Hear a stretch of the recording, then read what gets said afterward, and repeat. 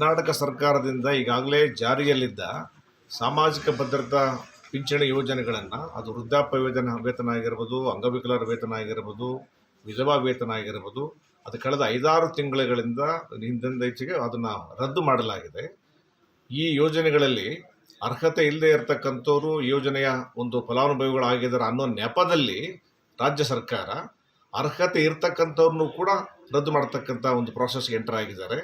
ನಮ್ಮ ಪ್ರಶ್ನೆ ಸರ್ಕಾರಕ್ಕೆ, ನೀವೇನು ಸರ್ಕಾರದಿಂದ ದುಡ್ಡು ಖರ್ಚು ಮಾಡ್ತಾ ಇದ್ದೀರಿ, ಅದು ಜುಜುಬಿ ಹಣ, ಅದೇನು ದೊಡ್ಡ ಅಮೌಂಟ್ ಅಲ್ಲ. ಇಲ್ಲಿ ಯಾರು ಬಡವರಿದ್ದಾರೆ, ಮೀನುಗಾರರಿದ್ದಾರೆ, ಭೂರಹಿತ ಕಾರ್ಮಿಕರಿದ್ದಾರೆ, ಮತ್ತು ಅದು ಮುಖ್ಯವಾಗಿ ವಯಸ್ಸಾಗಿರ್ತಕ್ಕಂಥವ್ರು, ಅವರಿಗೆ ಈ ಬೆನಿಫಿಟ್ಟಿಂದ ಅವ್ರ ಜೀವನ ನಡೆಸ್ತದೆ.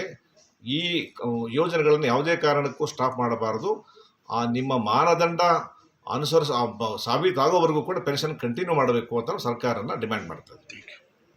ಇದೇ ತಿಂಗಳ ಆಗಸ್ಟ್ 31ನೇ ತಾರೀಕು ನಮ್ಮ ನೆಚ್ಚಿನ ಪಕ್ಷ SUCI ಕಮ್ಯುನಿಸ್ಟ್ ಪಕ್ಷ ಧಾರವಾಡ ಜಿಲ್ಲಾ ಸಮಿತಿ ವತಿಯಿಂದ ಇವತ್ತು ವಯಸ್ಕರು, ವಿಧವೆಯರು ಹಾಗೂ ಅಂಗವಿಕಲರಿಗೆ ಪಿಂಚಣಿನ ಸರ್ಕಾರ ಈ ದಾಖಲೆಗಳ ನೆಪದಲ್ಲಿ ಏನು ನಿಲ್ಲಿಸಾಕೊಂಡಿದ್ದಾರೆ.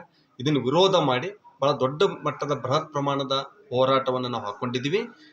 ನಾವೀಗಾಗಲೇ ಇವತ್ತು ನಗರ ಮತ್ತು ಗ್ರಾಮೀಣ ಭಾಗದಲ್ಲಿ ನಾವು ಇಡೀ ಜಿಲ್ಲೆಯಾದ್ಯಂತ ಹಳ್ಳಿಗಳ ಮಟ್ಟದಲ್ಲಿ ನಾವು ಜಾಥಾಗಳನ್ನು ಮುಂದಿನ ದಿನಗಳಲ್ಲಿ ಪ್ಲಾನ್ ಮಾಡ್ತಾ ಇದ್ದೀವಿ. ಆಮೇಲೆ ಹಳ್ಳಿ ಮಟ್ಟದ ಸಭೆಗಳನ್ನು, ನಗರ ಪ್ರದೇಶದಲ್ಲಿ ಸಭೆಗಳನ್ನು ಮಾಡ್ತಾ ಇದ್ದೀವಿ.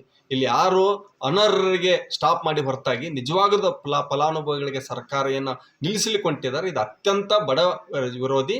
ಇದನ್ನು ನಾವು ಖಂಡಿಸ್ತಾ ಈ ಹೋರಾಟವನ್ನು ದೊಡ್ಡ ಮಟ್ಟದಲ್ಲಿ ನಾವು ಪ್ರಚಾರ ಹಾಕೊಂಡಿದ್ವಿ. ನಗರದ ಎಲ್ಲ ಜಿಲ್ಲೆಯಾದ್ಯಂತ ಜನಗಳು ಇದರಲ್ಲಿ ಭಾಗವಹಿಸಬೇಕು. ಆಗಸ್ಟ್ 31ನೇ ತಾರೀಕು ಸೋಮವಾರದಂದೇ ನಾವು ಈ ಒಂದು ಕಲಾಭವನದಿಂದ DC ಆಫೀಸ್ವರೆಗೆ ನಾವು ಮೆರವಣಿಗೆಯನ್ನು ಮಾಡ್ತೀವಿ.